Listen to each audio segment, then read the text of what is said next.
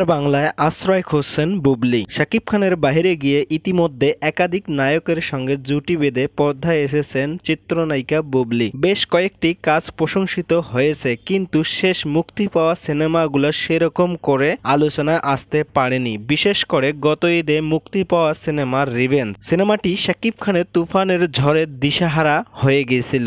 এরপর শাকিব খানের দুটি সিনেমা থেকে বাদ পড়ার খবর সামনে আসে। তবে সবকিছু ছাপিয়ে ঘুরে মিশনে নেমেছে এই নায়িকা। তবে এবার দেশের নায়ক নয়, ওপার বাংলার নায়কের হাত ধরে আসছেন তিনি। জানা গেছে আসছে দুর্গাপূজায় ফ্ল্যাশব্যাক শিরোনামের একটি সিনেমা দিয়ে ওপার বাংলা ইন্ডাস্ট্রিতে অভিষেক হতে যাচ্ছে বাংলাদেশের বুবলি। বিষয়টি নিশ্চিত করেছেন সিনেমাটির নির্মাতা রাশেদ রাহা। তিনি জানান, সিনেমাটির বুবলির সঙ্গে অভিনয় করেছেন ঢালিউডের তারকা নির্মাতা কৌশিক গাঙ্গুলি ও অভিনেতা সৌরভ দাস। রাশেদ রাহা বলেন, আমাদের ফ্ল্যাশব্যাক ছবিটি পোস্টার প্রোডাকশনের কাজ কলকাতায় শেষের দিকে। কয়েকদিনের মধ্যে গণমাধ্যমে মুক্তির তারিখ জানানো হবে। কাজ আর একটু গুছিয়ে নেই। দুর্গাপূজায় দুই বাংলায় ছবিটি মুক্তি দেওয়ার পরিকল্পনা আছে, সেভাবে কাজ চলছে। যদি কোনো কারণে দুর্গাপূজায় ছবিটি মুক্তি না দিতে পারি, তাহলে পূজার 2 সপ্তাহ পর মুক্তি দেব, অর্থাৎ পূজার আমেজ থাকতে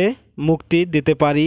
ফ্ল্যাশব্যাক একটি সাইকোলজিক থ্রিলার গল্প তুলে ধরা হয়েছে সিনেমাটিতে। তবে বুবলি ছাড়া দেশের আরও অনেক তারকা অভিনয় করেছেন সিনেমাটিতে, তা এখনই খোলাসা করতে চান না নির্মাতা। বিষয়টি নিয়ে জানাতে চাইলে বুবলি একই পথে হাঁটেন। তিনি জানান, মুক্তির আগে ধীরে ধীরে সবকিছু খোলাসা করা হবে। সিনেমার বাকি অংশের কাজ এখনও বাকি রয়েছে। তবে জানা গেছে বুবলির কৌশিক এবং সৌরভের চরিত্রের নাম যথাক্রমে শ্বেতা, ডিকে ও অর্জুন। এরই মধ্যে তাদের ফার্স্ট লুক প্রকাশ হয়েছে, যা বেশ নজর কেড়েছেন সাধারণ দর্শকদের। এই প্রথম বাংলাদেশের বুবলি কলকাতায় অভিষেক হতে যাচ্ছেন তার প্রথম সিনেমা দিয়ে, এবং নায়ক হিসেবে ভালো একজন অভিনেতা রয়েছে তার সিনেমাতে। তবে দেখা যাক, তিনি এর আগে যে সিনেমাগুলো করেছিলেন তা অনেক প্রশংসিত হয়েছিল, কিন্তু মাঝখানে 2-3টা সিনেমা সে লেভেলের প্রশংসিত হয়নি। তবে এবার প্রশংসা কুড়াচ্ছে মনে হচ্ছে। তাই আপনাদের কাছে